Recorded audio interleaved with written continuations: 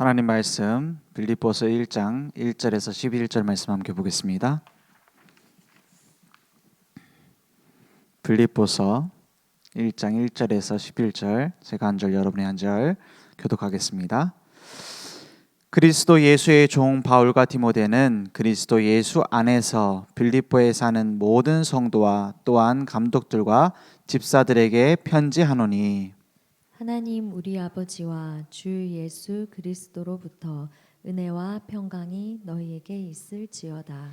내가 너희를 생각할 때마다 나의 하나님께 감사하며 간구할 때마다 너희 무리를 위하여 기쁨으로 항상 간구함은 너희가 첫날부터 이제까지 복음을 위한 일에 참여하고 있기 때문이라. 너희 안에서 착한 일을 시작하신 이가 그리스도 예수의 날까지 이루실 줄을 우리는 확신하노라.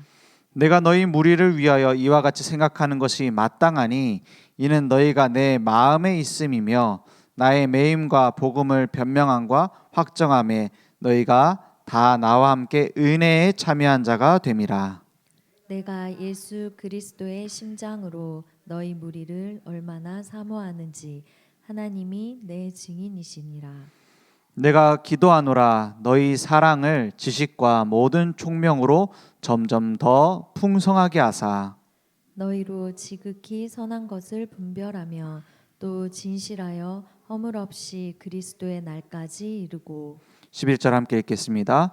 예수 그리스도로 말미암아 의의 열매가 가득하여 하나님의 영광과 찬송이 되기를 원하노라. 아멘. 우리를 하나님께서 부르실 때 그리스도의 심장 가진 믿음의 사람들로 부르셨어요.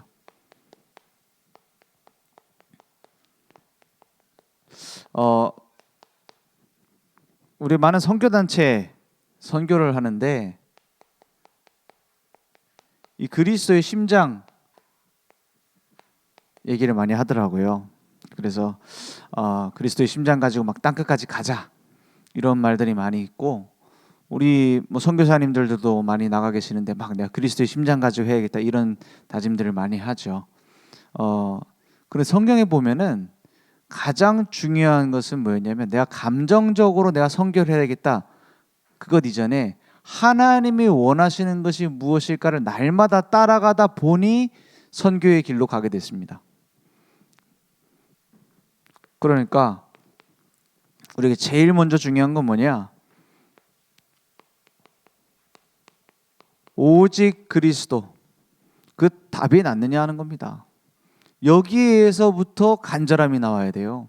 여기에서부터 뭐가 나와요? 내 삶의 중심을 드리는 게 나와야 돼요. 사람들은 주로 이런 거 붙잡고 있거든요. 세례 요한 이런 걸 붙잡고 있어요. 막 정의로워야 된다. 정의를 외쳐요. 이거 말하는 사람 얼마나 뜨거운 줄 아십니까? 막 거의 막 뭡니까 저기 예전에 저희가 그 신학교 가기 전에 일반 대학 갔을 때 1학년 때 국립대였으니까는 이제 공부를 못하는 사람들이 많지는 않았어요. 그런데도 불구하고 저는 내가 간 대학 수준이 이 정도인가 싶은 그게 처음 1학년 때 가니까 딱 느껴지더라고요. 다 막 엄청 군기 잡고요. 엄청 뭐 기합도 주고 막 이렇게 하더라고요. 그렇게 하면서 이제 처음으로 신입생 뭐 수련회 같은 거죠. 그런 걸 했는데 갔는데 막 뜨거워요. 막 뭘 뜨겁게 하느냐? 문해 선동이라고 하죠. 막 선동을 막 뜨겁게 해요. 막 운동권 있죠. 뭐 세상 잘못된 거 뒤집어야 된다. 막 우리가 막 데모해야 된다. 이런 거를 막 잔뜩 하더라고요. 그걸 보면서 나는 그냥 학교 들어온 건데 학교 들어온 건데 무슨 대통령이 잘못했고 이런 걸 왜 하나? 내가 1학년 이제 들어왔는데 그래갖고 막 그냥 넘겼어요. 굉장히 뜨겁더라고요. 그런데 좀 찬양을 하고 막 선교를 해야 된다 이렇게 하는 단체에서 그거 비슷하게 하는 거 있죠. 선동한다 이런 뜻은 아닙니다. 약간 그런 비슷한 걸 한다 이 말이에요. 막 우리가 막 주님 앞에서 뭘 합시다. 주님 앞에서 뭘 이렇게 어디로 갑시다. 막 지구본 돌려갖고 아무데 찍어갖고 가는 것처럼 막 그런 식으로 어디로 가기로 뭐 여행 가는 것도 아니고 우리 평생 여기다가 선교할 수 있도록 막 합시다. 이런 제가 유튜브 영상을 하나 봤어요. 그걸 보면서 아니 이거 뭐 운동권 그 선동하는 거랑 뭐가 다르냐 이런 생각이 들더라고요. 무슨 얘기냐? 꼭 이거 비슷해요. 세례 요한 막 정의롭게 뜨겁잖아요. 또 뭐 합니까? 예레미야 막 사랑해야 된다. 그 뭐 엄청 뜨거운 사랑 아닙니까? 막 노숙자들 밥 주고, 그죠? 가난한 자들 위해서 살아야 된다. 늘 얘기하고 뭐 고무신만 신고 다니고 그런 모습들이 많이 있어요. 이게 이제 박애주의. 이거 하는 사람들이 훨씬 뜨거워요. 그리고 뜨거워야 했고요. 아니면 뭐 구원 확신도 없는데 어떻게 합니까? 뜨거워야지. 그렇지 않습니까? 막 열심히 해요. 예레미야, 세례 요한, 예레미야, 엘리야. 그중 제일 뜨거운 게 이겁니다. 엘리야. 그게 이 파가 굉장히 강해져 갖고 이단스럽게 된 게 엄청 많습니다. 막 능력, 신비 운동. 저 뭐 김기동파 이런 그 거기서 나오는 뭐 이제 예전에 박보검도 옛날에 그쪽에 있다가 나왔다고 하더라고요. 그 귀신론 하는 그 귀신파 귀신론이라고 하나요? 거기서 나왔다고 하는데 제가 그 설교를 한번 자세히 봤어요. 우리랑 자꾸 엮던데 한번 뭐가 진짜 그 사람들이 말하는 건가 이렇게 설교를 제가 쭉 봤어요. 저는 궁금한 거 못 참거든요. 다 찾아봐요. 통일교는 뭐 때문에 저렇게 하나, 신천지는 뭐 때문에 저렇게 하나 또 찾아본단 말이에요. 그러니까 여기는 보니까 예수 믿어 구원받는다 이 얘기를 해요. 귀신파는. 근데 뭘 얘기를 하냐? 아니 무슨 성경 그거 가지고 뭐 그 지식 가지고 무슨 우리가 믿냐? 우리 현장에 체험을 해야지. 이게 굉장히 강해요. 어느 정도로 강해져 버렸냐면 이게 그 자체가 나쁘다는 건 아닙니다. 그게 너무 강해진 게 어느 정도 강해졌냐? 성경에 나와 있는 그것보다 내가 실제 귀신하고 얘기한 게 더 중요하다. 이 정도까지 갔어요. 왜 귀신론이 나왔는지 알겠죠? 실제로 귀신 들린 사람이 하는 말이 성경보다 더 기준이 돼버린 거예요. 그럼 됩니까? 거짓말쟁이요, 거짓의 아비가 됐다고 했는데, 그래서 이 사람들이 주장하는 바가 그런 거예요. 사람이 정해진 수명이 100년인데 그 중간에 죽으면 한 10살 때 죽었다 90년은 귀신으로 이 땅에 떠돌아 다닌다는 거예요. 이게 어디서 나온 이론이에요? 근데 그게 귀신 들린 사람하고 얘기하는데 그런 얘기를 했단 말이에요. 속이려고 하는 거죠. 막 죽은 할아버지가 막 내가 수명을 못 채워가지고 죽어갖고 내가 귀신이 됐다 막 이런 식으로 얘기하니까, 그러니까 성경보다 현장이 우선이 되니까 어떻게 되죠? 완전히 틀린 사상, 오늘 귀신 종로로 타는 거예요. 막 집회하는 거 보니까 하는 거 딱 하나밖에 없어요. 귀신 쫓아내는 거. 귀신 들린 사람 넘어뜨리고 막 잡아뜨리고 막 해요. 그걸 보면서 근데 이 사람들이 예수 피, 예수 보혈 굉장히 많이 얘기하더라고요. 저는 뭐 귀신 얘기만 하는 줄 알았는데 예수 얘기도 엄청 많이 해요. 오히려 우리보다 더 예수 강조해요. 그런데 열심히 한다니까요. 오직 그리스도가 아니에요. 그리스도 때문에 나타나는 능력, 그리스도 때문에 나타나는 응답, 거기에 포커스가 딱 돼 있다 이 말이에요. 저 순복음교회도 우리가 오해하는 게 많은데 막 신비주의 한다 이렇게 얘기하잖아요. 근데 조용기 목사님 살아생전에 예수 보혈 얘기를 항상 안 빠지고 했어요. 예수 얘기를 항상 안 빠지고 했다니까요. 그러면 우리는 보통 무당들 만나보면 순복음교회 다니다 뭐 산에 올라가서 기도하다가 귀신 들려서 왔다 이러니까 우리 막 복음 얘기 안 하는 걸로 우리가 많이 생각을 하는데 복음 얘기를 순복음으로 많이 해요. 그런데 딱 결론에 뭘 얘기해요? 오직 예수 얘기를 해놓고는 그래서 구원받은 자는 복받아야 돼. 그래서 구원받은 자는 건강해져야 돼. 그래서 구원받은 자는 치유돼야 되고 능력받아야 되고 이렇다 라고 결론을 맺어요. 그러니까 사람들이 받아들이는 건 뭐죠? 오직 예수 보혈 십자가 복음이 아니라 그거 하면 저렇게 되겠구나를 받는 거예요. 다른 동기를 가지고 다 예수 믿는 거예요. 그 뭐 다른 교회 욕하려고 하는 게 아니라 우리는 바르게 해야 될 거 아닙니까? 그게 신비고 기복 아닙니까? 그러니까 선지자 중에 하나다 했어요. 선지자 중에 하나다. 그냥 종교 열심이죠. 종교적인 열심입니다. 이것을 무시해서는 안 되죠. 그럼 뭐 주일날 예배 안 드리고 내 마음에 드는 대로 와가지고 예배 드린다 이러면 되겠습니까? 그죠? 우리가 뭐 1부, 2부, 3부 예배 있는데 내 마음에 들 때 와가지고 예배 드린다 이런 식으로 되면 안 되잖아요. 종교적인 틀도 필요 없는 게 아닙니다. 예배 순서도 그날 따라서 막 오늘은 이제 찬양을 많이 하자 하고 막 1시간 동안 찬양하고 갑자기 막 메시지 받고 막 이런 식으로 하면 되겠어요? 예배 형식이나 이런 것들도 우리가 전통적으로 내려온 어떤 규모가 있는 겁니다. 그죠?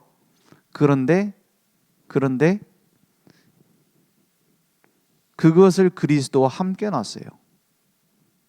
그것은 분명히 망할 수밖에 없습니다. 망할 수밖에 없습니다. 예레미야 2장 13절의 말씀에 보니까 이스라엘 백성이 여호와 하나님을 안 섬긴 게 아니에요. 잘 믿으려고 했어요. 그리고 우리는 잘 믿는다고 생각했어요. 그런데 하나님이 보실 땐 그게 아닙니다. 이렇게 말하고 있습니다. 내 백성이 두 가지 악을 행하였나니, 가장 대표적인 큰 두 가지 악이 있다 이 말이에요. 곧 그들이 생수의 근원되는 나를 어떻게 했어요? 버린 것과. 생수의 근원을 버려버리면 어떻게 됩니까? 이제 그때부터 목말라지는 거예요. 그러니까 뭘 해요?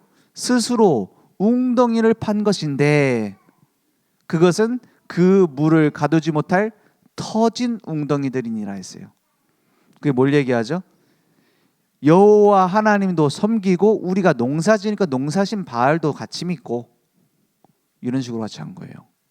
그게 어느 정도였냐? 성전 안에 우상 단지를 갖다 놓고 같이 섬겼어요. 그러면서 우리는 여호와를 잘 섬긴다 했어요. 왜? 여호와도 잘 섬기는 것. 근데요, 교회가 다릅니까? 지금 우리나라 세계 교회가 달라요? 그거랑? 그리스도 얘기하면서 이거 하잖아요. 그리스도 얘기하면서 막 정의로워야 된다. 범죄자들 벌해야 된다. 그런 식으로 나오잖아요.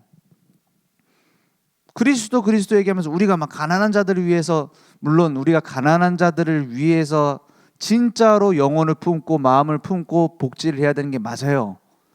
그런데 복음의 눈으로 보지 않고 복음으로 시작하지 않고 그렇게 되면 인간적 사랑밖에 안 된다 이 말이에요. 그걸 막 중심에 품고 있어요. 막 육신적으로 체험하려고 해요. 신비적으로. 그러니까 결국은 종교가 돼버리죠. 그래서 우리는 그리스도 안에서 다 나와야 됩니다. 반대로 그리스도 안에서 올바른 우리의 삶이 나와야 되고요. 그리스도 안에서 우리의 진정한 그리스도의 사랑이 나와야 되고요. 그리스도 안에서 그리스도의 능력이 나타나야 되고요. 그리스도 안에서 우리가 규모도 나와야 되는 겁니다. 그런데 다른 데서 시작한 게 어디서 전부 왔느냐? 오직 그리스도냐 종교냐가 아닙니다. 나에게서부터 왔냐는 거예요. 출애굽기 20장 말씀에 보면은 그 우상에 대해서 이렇게 말합니다. 그 4절에서 5절에 보면 우상을 이렇게 딱 정리를 해버려요. 뭐라고 하냐? 너를 위하여 새긴 우상, 이렇게 말해요. 너를 위하여 새긴 우상. 우상은 결국 누구 중심이에요? 우상을 위해서 우리가 헌신하는 게 아니에요. 이런 신비적인 하나님을 위해서 신비를 하는 게 아니에요. 정의로운 하나님을 위해서 정의 생활을 하는 게 아니에요. 누굴 위해서요? 너를 위하여. 이게 우상의 본질을 결두는 말입니다. 너를 위하여 만드는 거예요. 그 복음도 어떤 식으로 자꾸 받으려고 그래요? 나를 위한 복음.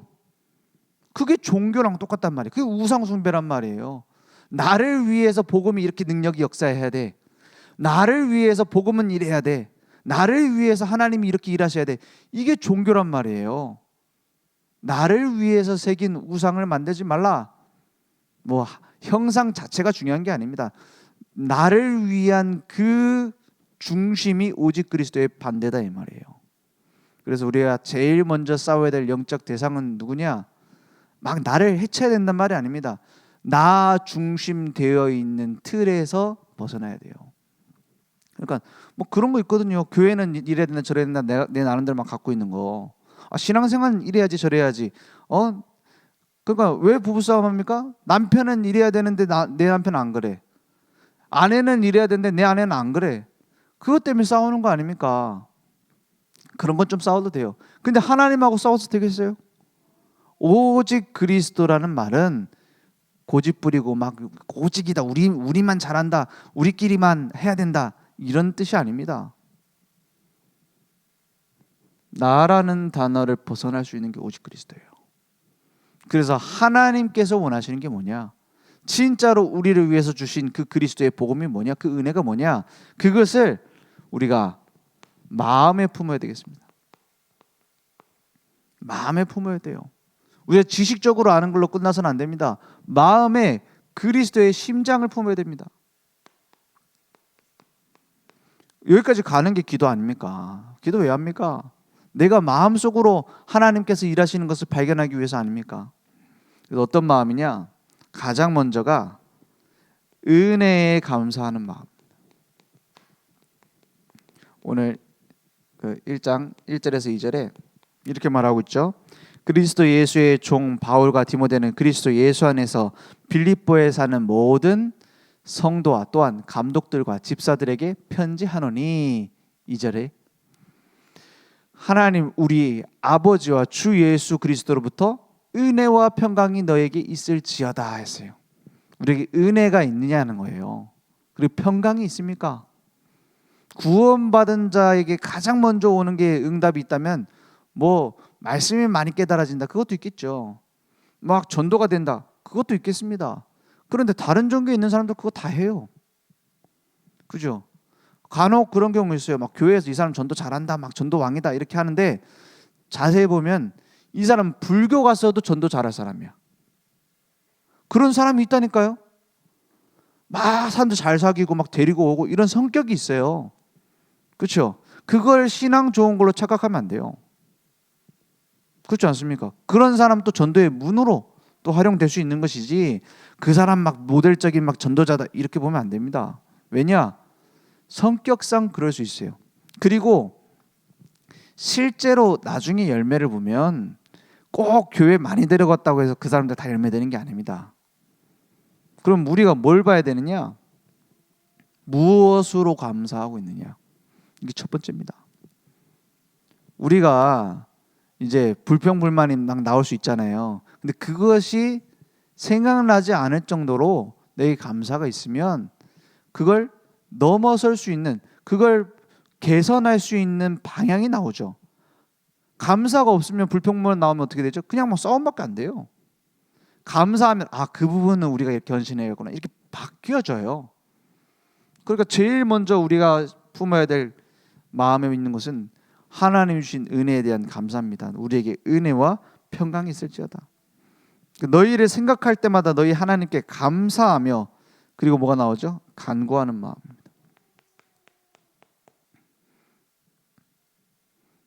4절에 보니까 간구할 때마다 너희 무리를 위하여 기쁨으로 항상 간구하면, 그냥 저놈을 좀 어떻게 해주십소서 이런 간구가 아닙니다. 저 남편 진짜 안 받겠네, 진짜 좀 하나님 좀 바꿔주세요, 이런 원망의 간구가 아니에요. 하나님이 하실 것을 믿으니까 나오는 간구다. 그게 기쁨의 간구입니다. 기쁨에 하나님은 분명히 저 사람을 통해서 하나님 계획을 이루실 줄 믿습니다. 그러니까 내게 구하게 하시는 거예요. 4절에 보니까 간구하는 마음으로. 아니 어차피 하실 건데 뭐하러 구하죠? 아니 어차피 되기로 돼 있는 건데 내가 뭐하러 또 달라고 하냔 말이에요.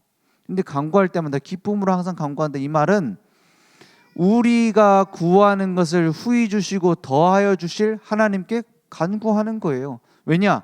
이유는 있어요. 우리가 구할 때 주셔야 이 응답이 하나님께로부터 온다라는 게 확인되잖아요. 그죠? 그걸 증거거리로 삼으시려는 거예요. 그래서 하나님이 나에게 시키시는 기도를 하는 거예요. 간구할 때마다 기쁨으로 되어지길 바랍니다. 그래서 어떤 마음이냐?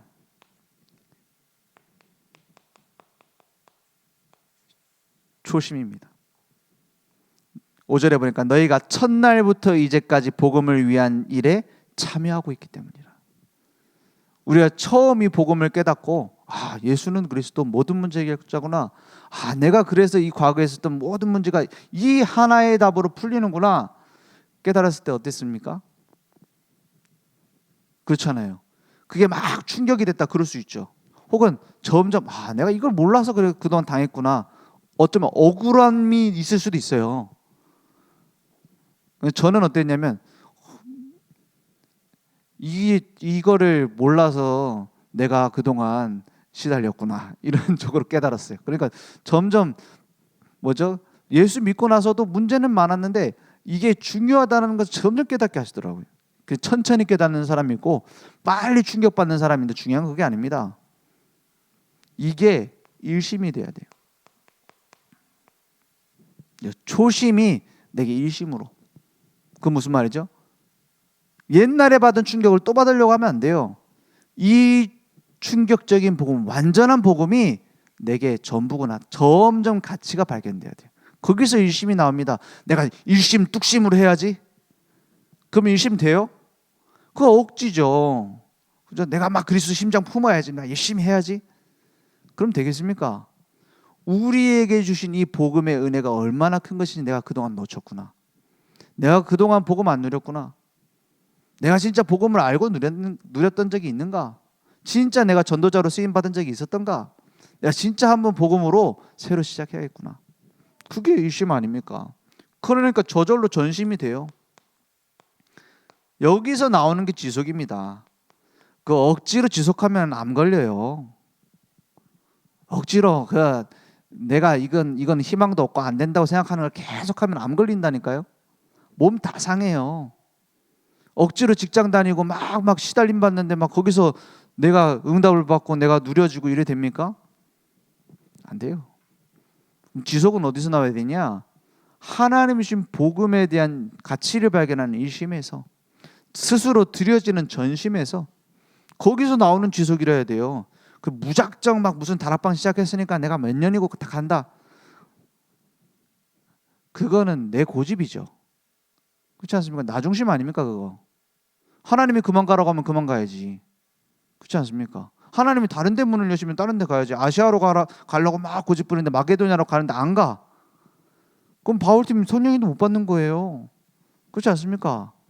그런 내가 강한 지속을 말하는 게 아니란 말이에요. 내가 복음 안에 있는 지속. 내가 진짜 복음이냐 아니냐. 여기서 일심. 거기서 나오는 겁니다. 그 초심에서 일심 전심 지속되길 바랍니다. 그러니까 가면 갈수록 어떤 일이 보이냐? 확신이 나오는 거예요.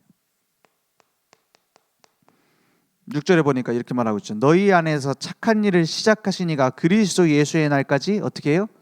이루실 줄을 우리는 확신하노라 했어요. 그죠? 하나님이 준비하신 것을 확신하는 거예요. 하나님이 이루시는 것을 확신하는 거예요. 이걸 보고 섭리라고 합니다. 그 모든 계획을 두고 하나님의 주권을 가지고 인도해 가시는 거예요. 그렇죠? 지금 모습은 아닐지 모르지만 나중에 하나님이 하실 것을 믿어요. 지금 하나님은 준비하셨으면 믿어요. 그러니까 뭐가 보이죠? 소망이 보이죠. 이 사람을 지금 모습으로 보면 안 된다니까요. 자녀들을 지금 모습으로 보면 안 돼요. 왜냐? 하나님은 더 큰 걸 준비해 놨는데요. 그리스도 예수의 날까지 이루시는데요. 거기에 대한 확신의 마음입니다. 사실 로마가 복음화될 때 그때 앞에 보면은 그 교회 모습이 오합지졸입니다. 그 제자 몇 명 있고 막 하는 소리들 들어보세요. 고린도 교회 얘기 들어보세요. 그 책자 나왔잖아요. 한번 다시 읽어보라니까요. 이 고린도 교회 문제가 수만 가지예요. 그죠? 데살로니가 교회는 가장 모델적인 교회로 뽑히는데도 불구하고도요. 그 안에는 문제 없습니까? 데살로니가 교회 안에도 문제 있어요. 어떤 문제가 있었냐? 곧 주님 오신다. 이거 붙잡고서 막 일 안 해도 된다. 이런 사람들도 있었어요. 그런데 그게 문제되지 않는 이유가 뭡니까? 서신서들 보면은 다 문제 최소 한두 개는 다 있어요. 그거하고 문제가 된다라고 바울이 말한 적이 없어요. 그걸 통하여 복음으로 돌아가라. 그럼 됩니다. 그걸 깨닫고 하나님이 하실 계획으로 돌아와라. 그러면 됩니다. 내 문제 다 하나하나 다 해결되면 그때 문제 빵 되면 전도합니까? 문제가 0 되면 그때 교회 헌신합니까? 아니에요. 하나님은 우리에게 항상 문제를 남겨두세요. 왜 그런지 아세요? 이런 문제투성이인 내 능력이 아닌 완전하신 주님의 능력으로 하시겠다라는 거예요. 그죠? 확신. 그러니까 지극히 선한 것을 분별하라 했어요. 지극히 선한 것을.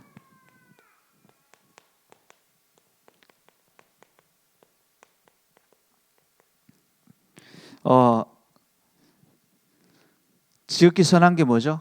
그래도 제일 좋은 게 뭘까? 이걸 고르는 겁니까?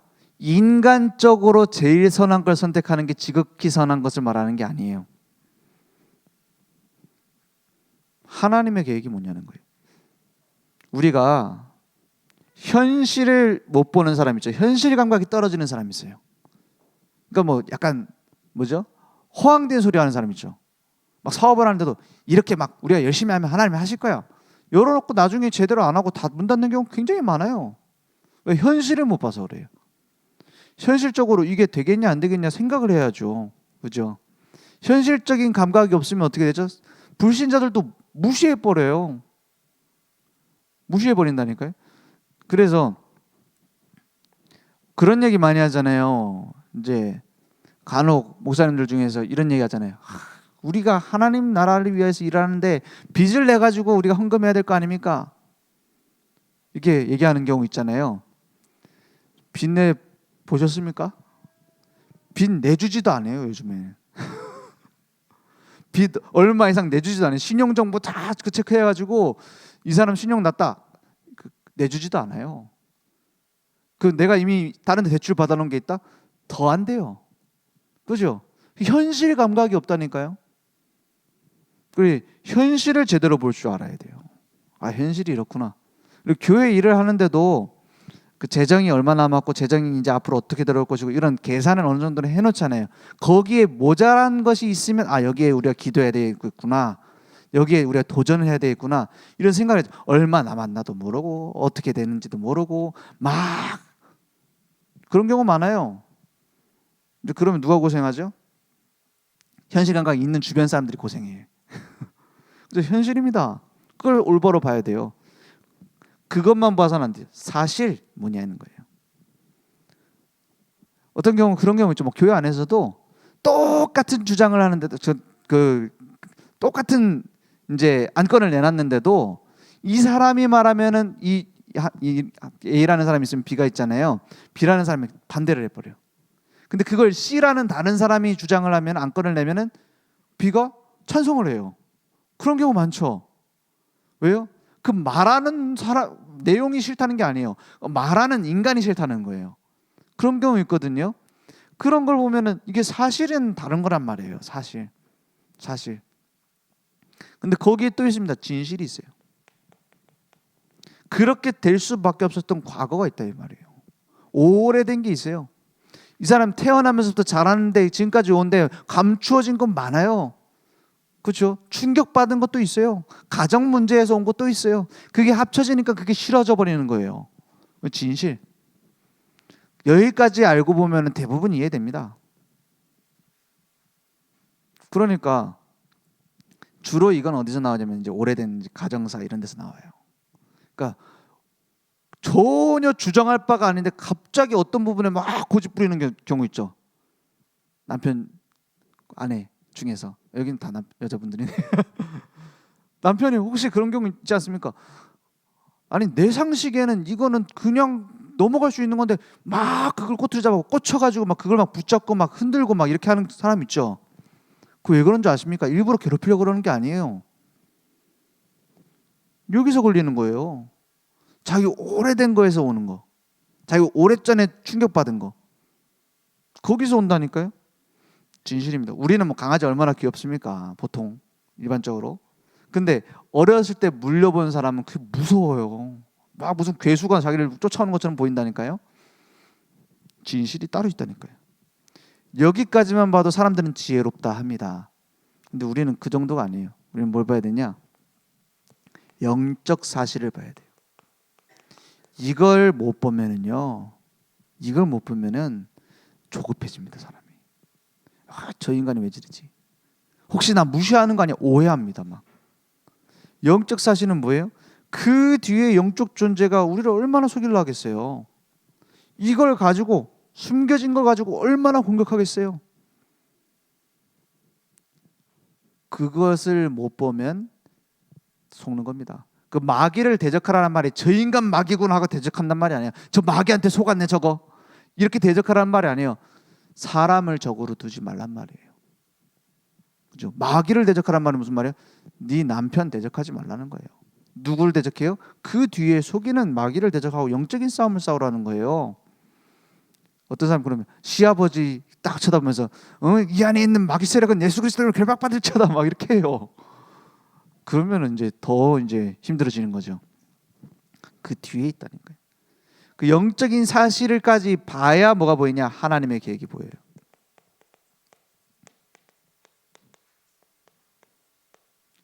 그렇죠?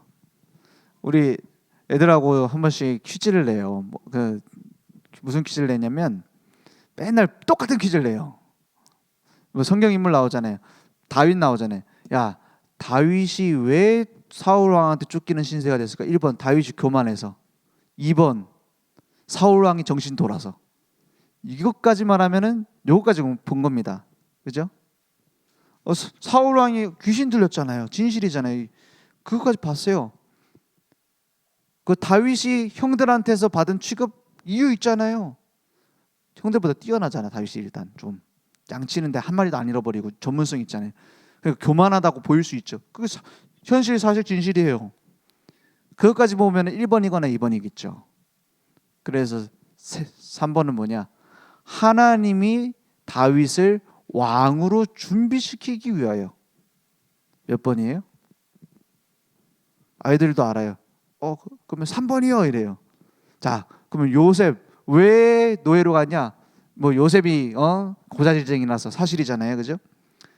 그럴 수밖에 없었던 진실도 있었죠. 막 어릴 때 어머니가 돌아가시고 막 자기 형들은 나이가 많고 아빠는 자기를 사랑하고 제일 사랑하고 그러니까 그렇게 된 거죠. 진실까지 보면 맞아요. 고자질쟁이라서 그 형들이 못 돼가지고 그것도 사실이에요.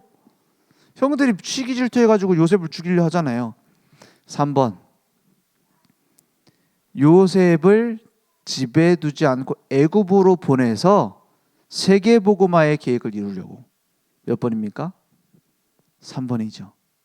그런데 왜 우리는 늘 선택하기 1번, 2번 하죠?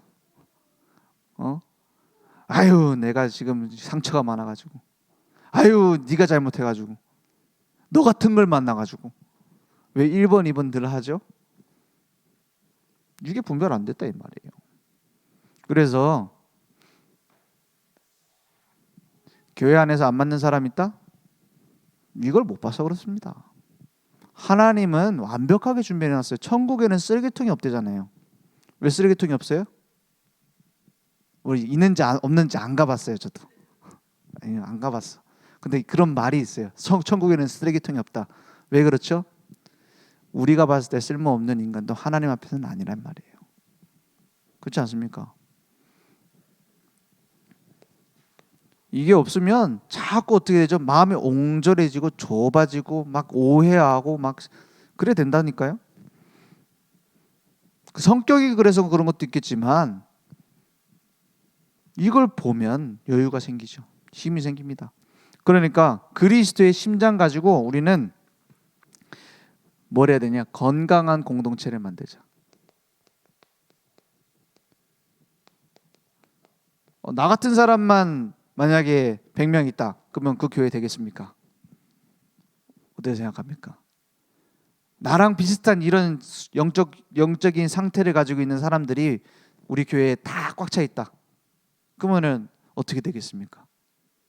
나의 지금 경제 상태하고 이런 신앙의 고백하고 이런 비슷한 사람들만 모이면 어떻겠냐는 말이에요. 그래서 건강한 공동체로 만들기 위해 먼저 중요한 것은 반대로 납니다. 나로부터 시작되는 거예요.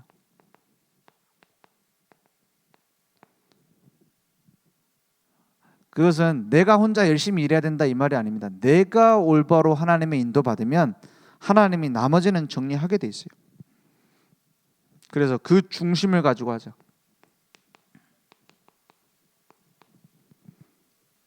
그래서 어떻게 합니까? 공동체를 올바로 세울 수 있도록 작은 만남에서부터 이 생명이 발화될 수 있도록 중요한 포럼이죠. 그래서 교회가 10,000명 모이고 1,000명 모이고 그 100명 모이고 중요한 게 아니고 그 속에 실제로 우리가 영적인 소그룹 만남 속에서 포럼이 되어주고 있느냐, 그게 중요합니다. 그게 안 되는데 막 교회 크면은 오히려 시끄럽기만 하다니까요. 이게 안 되는데 교회 작으면 더 시끄럽다니까요. 그죠? 왜? 한 사람 목소리가 크게 나올 거 아닙니까? 반대로 전부 같이 함께 강단 말씀 중심으로 따라가면 딱 맞게 돼 있어요. 손하고 발하고 다르게 생겼고 서로 체질이 다르지만 머리가 한 머리인 것이 연결되어지면, 신경이 연결되어지면 한 몸으로 움직이잖아요. 그렇죠? 그래서 단합하고 원네스는 달라요. 우리가 힘 합치자 이거하고 하나님의 계획이 이루어지는 원네스는 다르다니까요. 서로 다른데 머리가 한 분이니까 딱 맞게 돼 있어요. 오히려 더 장단점을 보충할 수 있어요. 예를 들어서 우리 몸에 만약에 기관들 다 없애고 눈만 달리면 어떨까요? 징그럽죠.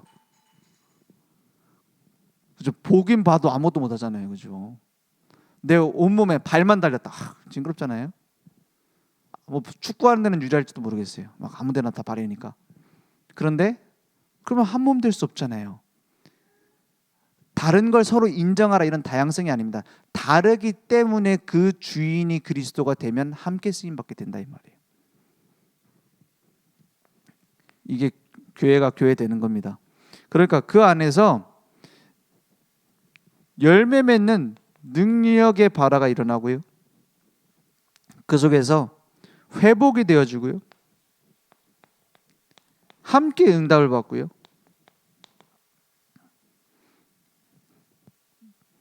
승리하게 되는 열매를 맺게 됩니다. 우리가 주변에 있으면은 그 바이러스만 전염되는 게 아니라 생각도 전염이 돼요. 그렇죠? 주변에 가까운 곳에 있는 사람의 어떤 습관도 전염이 돼요. 그러니까 말도 전염이 된다니까요. 쓰는 단어도 부부생활 오래 하면은 비슷비슷해져요. 약간 평상시에 쓰는 말들 있잖아요. 단어들이나 생각나는 얘기들이나 점점 비슷해져요. 그 정상적인 거죠. 얼굴도 비슷해진대. 그래갖고 한 50년, 60년 사신 분들 이렇게 모아놓으면 다 약간 형제같이 다 비슷비슷해진다고 그렇더라고요. 왜 식습관 비슷하지, 그 표정도 비슷하지, 생각하는 것도 비슷하지 이러니까요. 전염되는 겁니다. 그래서 누룩이 퍼져나가는 것처럼 전도는 되어지는 거예요. 반대로 내게 없으면, 내게 이 감사와 간구와 이 일심전심 지속의 비밀이 없으면, 확신이 없으면 다 알아요. 그래서 교회를 평생을 안 나오신 남자분이, 아내는 권사인데 교회를 한 번도 안 나오셨어요. 그래가지고 나중에 이제 거의 뭐 이제 돌아가실 때 다 돼가지고 목사님이 신방을 하셨대. 다른 목사님이 신방을 하셨는데 가셔가지고 예수님에 대해서 쭉 복음을 전한 거예요. 한 번도 교회를 안 나오셨으니까. 근데 이분이 뭐라 하냐? 내가 속으로는 믿습니다. 저 아내 때문에 내가 교회를 안 갑니다.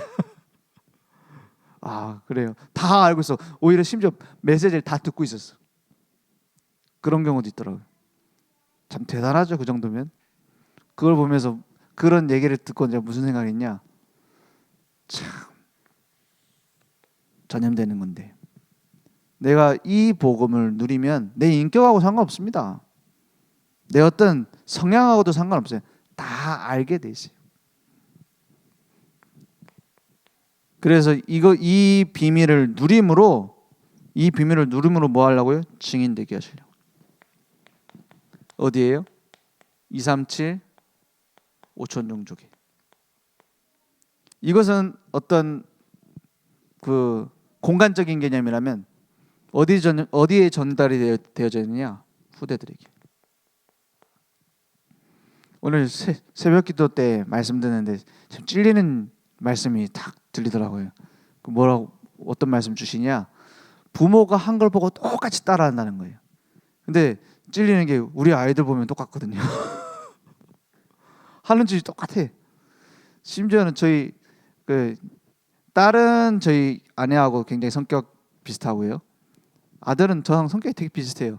그래서 어느 정도냐면 이 아들이 요즘은 좀 자기 말을 딱 입을 닫아버리는 경우가 많아요. 막 화가 나가지고 막 이렇게 하니까 우리 아내랑 이렇게 얘기를 하고 이제 뭐 좀 얘가 돌발 행동을 한 거예요. 막 이제 막 뭐라 한 거예요.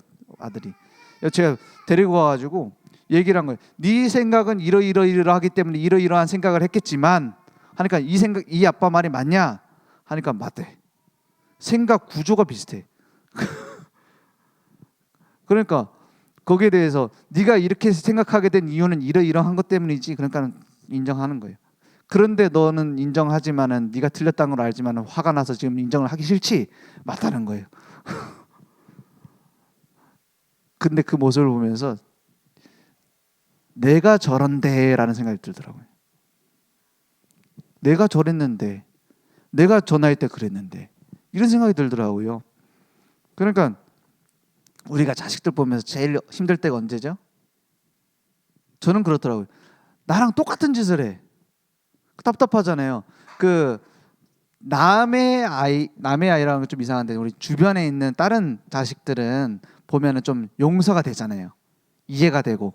근데 내 자식은 더 용서 못 하겠는 이유가 뭘까요? 어떤 학자가 그렇게 얘기를 했대요. 나와 가까운 사람일수록 내 부부나 아니면은 자녀나 부모나 이런 경우에 더 용서를 못 한다. 더 참지를 못 한다. 왜 그런가 하니까 가까울수록 이런 거랑 똑같다네. 내 신체처럼 생각을 한대. 내 손이나 발처럼. 여러분 남의 손이 내 맘대로 되면은 내 맘대로 안 된다고 기분 나빠요? 내 손이 내 맘대로 안 움직여져 막. 확 이렇게 막 지 맘대로 움직이고 막 다른 사람 뺨 따고 때리고 막 그래요. 그러면 화가 나죠. 남은 아무나 상관없잖아요. 내 몸이니까 화가 나잖아요. 그것처럼 가까울수록 더 못 참는다는 거예요. 더 화가 난다는 거예요. 그 말이 이해되더라고요. 그렇죠? 키우다 보면 더 내 맘대로 안 돼요. 어떤 면에서 저는 그런 경우도 많이 봤어요. 부모는 믿음이 좋은데 확실한데 자녀가 믿음이 안 좋은 경우도 있어요. 내 맘대로 하는 건 아니죠. 그런데 결국에는 자녀가 보고 알아요. 그런 때가 와요. 왜 우리 부모 마음 이제서야 알겠다 할 때가 오잖아요. 주로 언제죠? 나도 자녀를 낳아 보니까 이제 부모 마음 알겠다 이런 때가 와요. 그런 것이지 반드시 열매를 맺게 돼 있습니다. 부모를 보고 따라오게 돼 있습니다. 중요한 건 뭐예요? 자녀에게 맞추는 게 아니라 내가 하나님께 맞추는 거예요. 저는 그런 경우 많이 봤어요. 자녀들이 방황을 많이 하니까 자꾸 자녀한테 맞춰. 이사도 가요. 막 자녀 맞춰가지고 그 얘를 좀 케어해 줄 수 있는 학교가 있으면 막 거기 가고 막 교회도 옮겨요. 근데 그게 나쁘단 말이 아닙니다. 내가 빨리 끝내래. 내가 자녀한테 맞추는 게 맞아요? 하나님께 맞추는 게 맞아요? 그렇죠? 결국에는 자녀한테 맞췄는데 나한테 돌아오는 게 하나도 없더라고요. 제가 그랬다는 게 아니고 어떤 분이 그랬어요. 막 이사도 가고 막 열심히 했는데 나중에는 결국 돌아왔어. 그런 경우 많습니다. 하나님께 맞추세요. 시간표는 옵니다. 내가 하나님께 맞추고 하나님께 따라가고 그걸 알아요. 문제 따라 흔들리는지 언약 따라 가는지 보고 알아요. 증인으로 세우실 것이다. 오늘 그리스도의 심장을 품고 날마다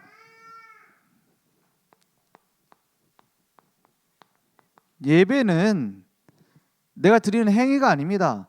내 마음의 중심이 예배예요. 하나님 앞에 엎드린다는 뜻입니다. 우리가 하나님 앞에 엎드리는 예배 속에서 그냥 아는 것이 아니라 삶으로 작은 실천을 해보세요. 작은 실천이라는 것은 내가 행동을 고쳐야겠다 이것도 있겠지만 하나님의 말씀이 이러한데 내가 무엇을 해야 될 것인가 기도해 보란 말이에요. 대뜸 막 이번 주 말씀 나눈 대로 막 심장 뭐 검사하러 다니고 막 그러란 말이 아니고 내가 진짜로 내가 그리스도의 심장을 가지고 있느냐 질문해 보란 말이에요. 그러면 이루시는 건 하나님이라니까요. 거기에서 뭐가 되느냐 내 현장이 나오는 거예요. 여기까지 가야 예배의 삶입니다. 오늘 하나님의 말씀 붙잡고 우리의 중심에 그리스도의 심장이 역동적으로 뛰는, 그래서 우리 교회가 역동적으로 전도운동 속에서 세계복음화하는 응답들이 나오게 될 것을 믿습니다.